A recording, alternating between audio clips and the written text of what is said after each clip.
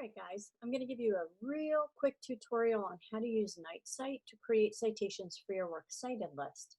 This is what the home page of Cite will look like. It's already formatted to MLA, which is what we're using in this class. You'll notice on the left hand side it says resource types, and then it lists different types of books, anthologies, periodicals, which are newspapers, magazines, and journals, multimedia, communication, including email, and online only. So these would be resources that you get online that are not available in print. If you're going to use a newspaper like the New York Times, for example, but you find an article online from the New York Times that is not otherwise printed, you'll go ahead and use online only.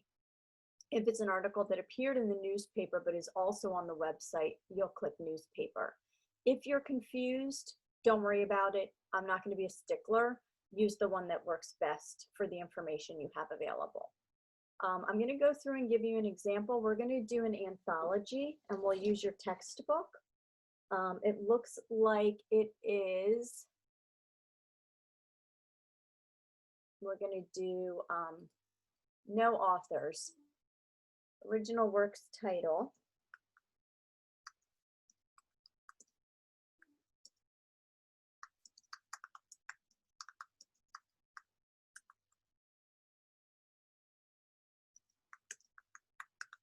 We're going to write it out exactly as it is listed on the book, and the book uses the ampersand, so we are also going to use the ampersand.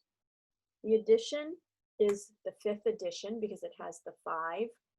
We don't have a volume of blank either, so we're not going to do that. We have 3 editors, so we're going to put those there. We're going to do it in order of how they are listed on the book. Okay, so in this case we have Richard. We do not have a middle initial. So do you notice I'm just skipping things that I don't have? It's no problem at all. And I believe this is her last name. It's not hyphenated, but we're going to do it that way. Again, you can't really go wrong. If you make a mistake about not knowing if it's somebody's middle name or last name, I wouldn't worry too much about that. Okay, and then editor's works title, we're going to leave that blank. Cite author's contribution, cite editor's contribution, published by, and I'm going to look in the book. It's W.W. Norton and Company. And again, I am writing it out the way it is written in the book. And again, they use an ampersand, so I will also use an ampersand. This is in my copy of the book, which may or may not be exactly the same as yours. I just flipped the front cover and one page, and I found the publisher's information. Include publishing city. Normally, I know for sure in APA we do that, so I'll say go ahead and put yes, and then for the year published, I'm flipping one more page, and I'm finding that that date is 2019. It'll be the most current edition. The most current date will be the one that you have in your hand. It does have pagination. We're just referencing the whole book, so I'm not going to use this pages, but if you're going to reference a short story or something from the book, you would include the pages from the text that you're referencing. Where was this source found? We found it in print. If for some reason you found it online, you would click online. Don't include the URL because you have plenty of information for me to be able to find your source. But again, in this case, you did it in print. Then you're going to click submit. And it creates for you here your works cited entry. Now, the way that I use this is I highlight it and I copy it. I'm using an Apple device, so I click Command and C to copy it. Then I open up a Word document if I don't already have my works cited page started. And sorry, it's taking a minute to come up. All right, for some reason that's not working.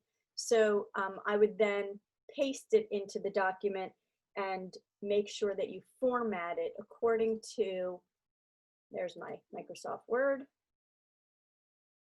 It's just taking a minute. I apologize for that.